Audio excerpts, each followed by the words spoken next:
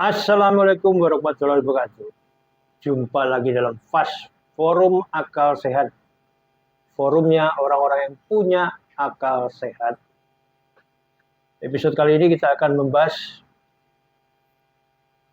di saat-saat terakhir ini banyak putusan MK yang cenderung kontroversial atau menjadi perbincangan di publik. Netizen warganet memonitor daripada putusan-putusan ataupun putusan yang dikatakan ada kebocoran. Pertama adalah putusan tentang di KPK dari 4 tahun bisa menjabat sampai 5 tahun, ya kan, dari usia maksimal 50 ke posisi 65 tahun. Kriminatif, sehingga bertentangan dengan ketentuan pasal 28D ayat 1 Undang-Undang Dasar 1945. Sebagai produk mahkamah yang bersifat final dan mengikat, kita menghormati putusan itu. Namun, harus kita katakan pula, putusan itu tidak masuk akal, aneh, membingungkan. Pasal yang mengatur usia minimal dan durasi jabatan pimpinan KPK bersifat open legal policy. Pengaturannya menjadi kewenangan pembentuk undang-undang, yakni pemerintah dan DPR. Ketika membatasi masa jabatan pimpinan KPK 4 tahun, pemerintah dan DPR punya pertimbangan kuat, sangat kuat. KPK adalah lembaga penegak hukum dengan kewenangan luar biasa, punya hak memaksa, sehingga pimpinannya tak boleh berlama-lama menjabat. Semakin lama mereka punya kuasa, semakin besar potensi abuse of power, penyalahgunaan kewenangan. Alasan itu sangat logis, sangat tepat. Soal pertimbangan majelis demi keadilan dan mencegah diskriminasi karena masa jabatan pimpinan lembaga negara yang lain juga 5 tahun juga terbantahkan. Tidak semua komisi dan lembaga seperti itu. Masa jabatan anggota komisi informasi misalnya 4 tahun. Mengabulkan gugatan uji materi adalah hal biasa buat MK. Tetapi mengabulkan sekaligus mengambil alih kewenangan pembuat undang-undang dengan menambah masa jabatan komisioner KPK adalah putusan yang sulit diterima. Bahkan tak cuma rakyat, kebanyakan 4 hakim konstitusi juga beda pandangan.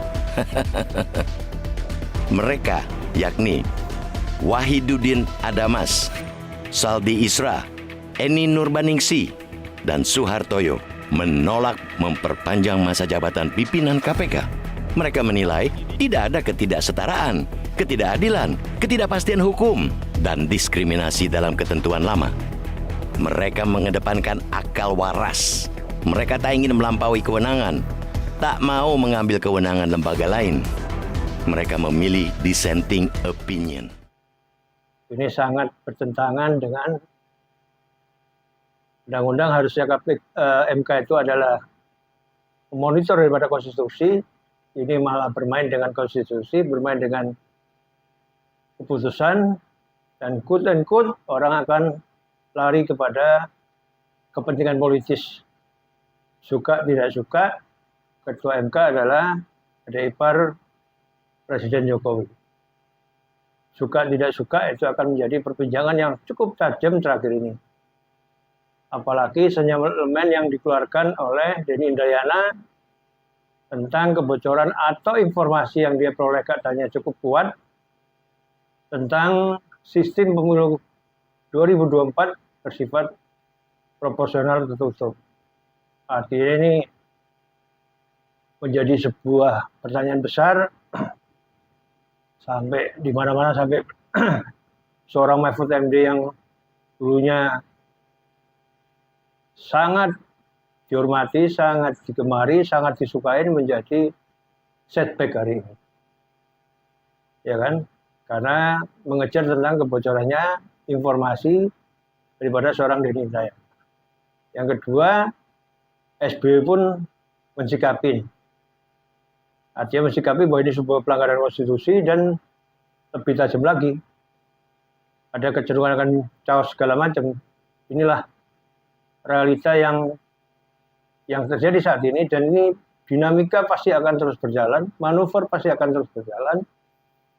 Ya kan, sampai di penetapan caleg maupun capres yang diperkirakan September atau Oktober. Ketika ditetapkan itu mungkin manuvernya akan tajam atau berkurang itu akan semakin kelihatan. Tapi di terakhir-terakhir ini grafiknya naik dan cenderung meningkat lewat putusan-putusan hukum.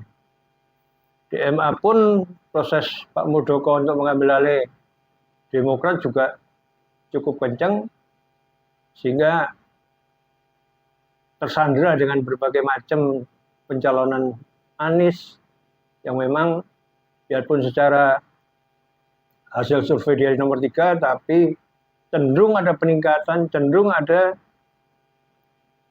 suara pemilih yang bergerak terus untuk memberikan poin positif pada tren Anies, sementara partai-partai dikunci dengan persoalan hukum.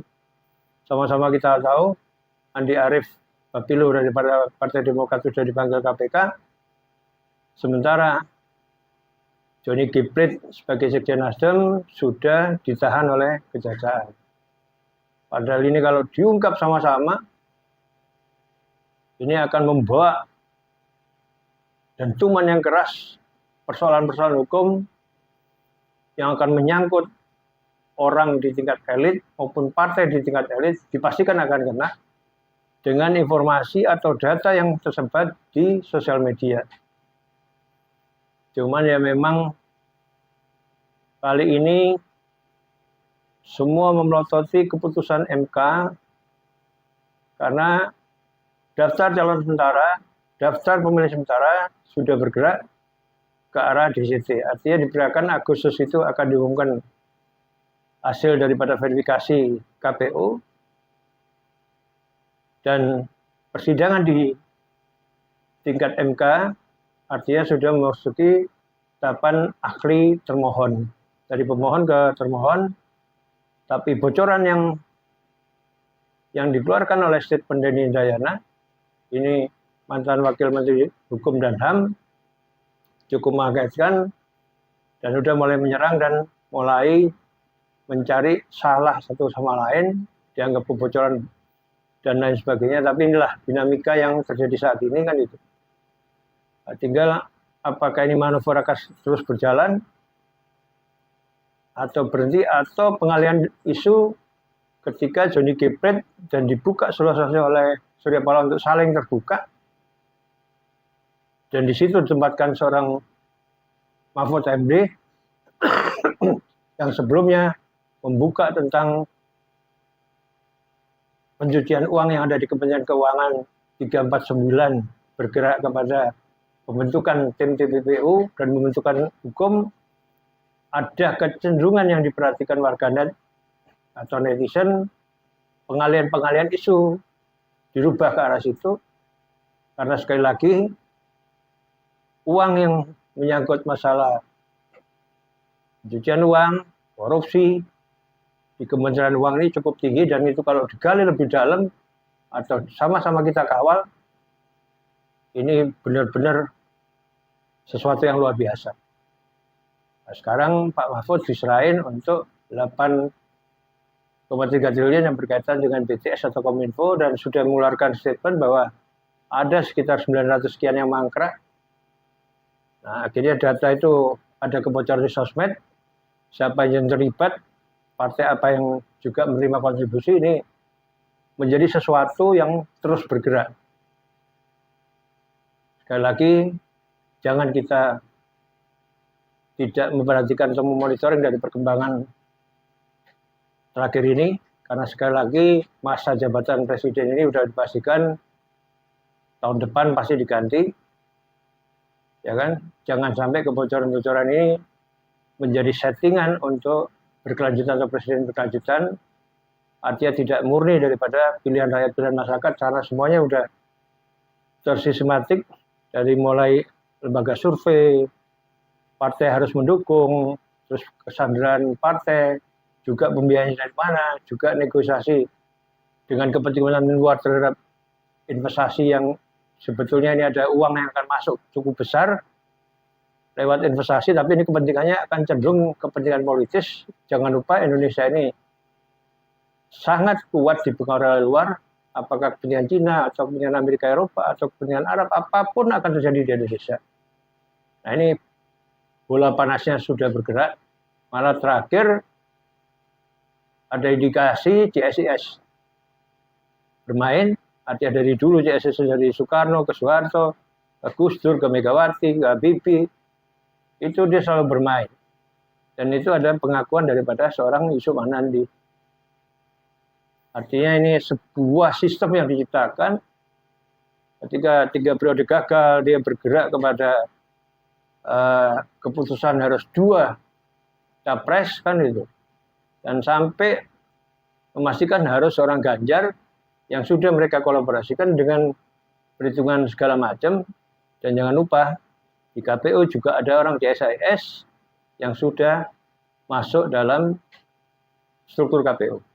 Artinya ini harus kita ingat bagaimana kecurangan-kecurangan di 2019 yang sangat nyata dan sudah pasti periode kemarin banyaknya korban.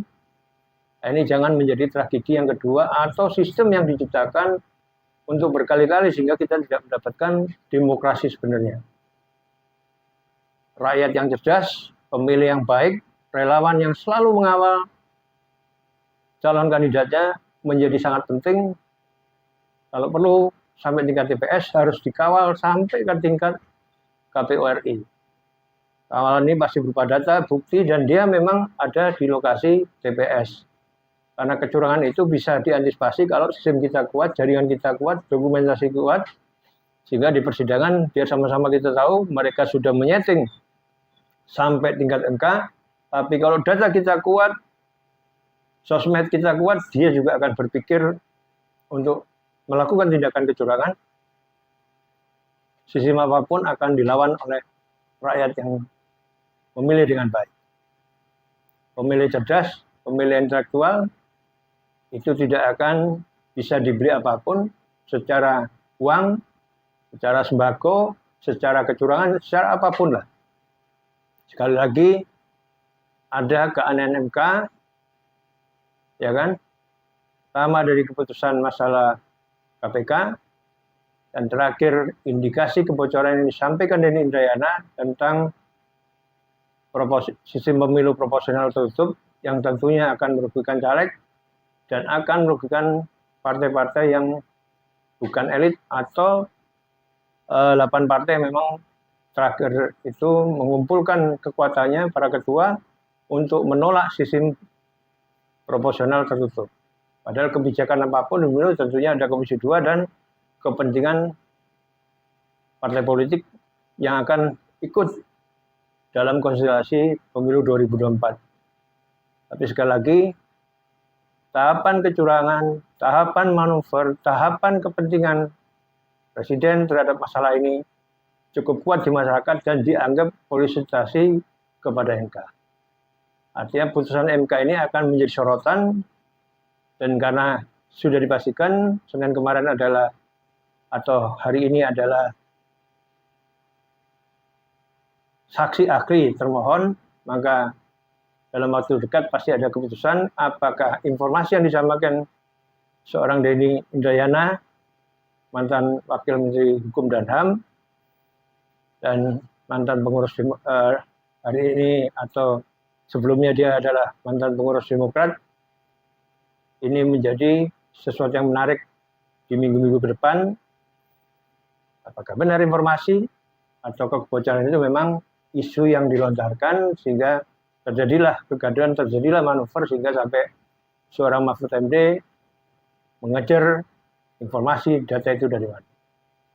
Ayo kita kawal pemilu yang jurdil, jujur dan adil, pemilu yang demokratis bisa menjadi sesuatu yang kita bermanfaat untuk generasi kita, generasi ke depan, dan masa depan bangsa. Terima kasih. Wassalamualaikum warahmatullahi wabarakatuh. FAS, Forum Akal Sehat, forumnya orang-orang punya akal sehat.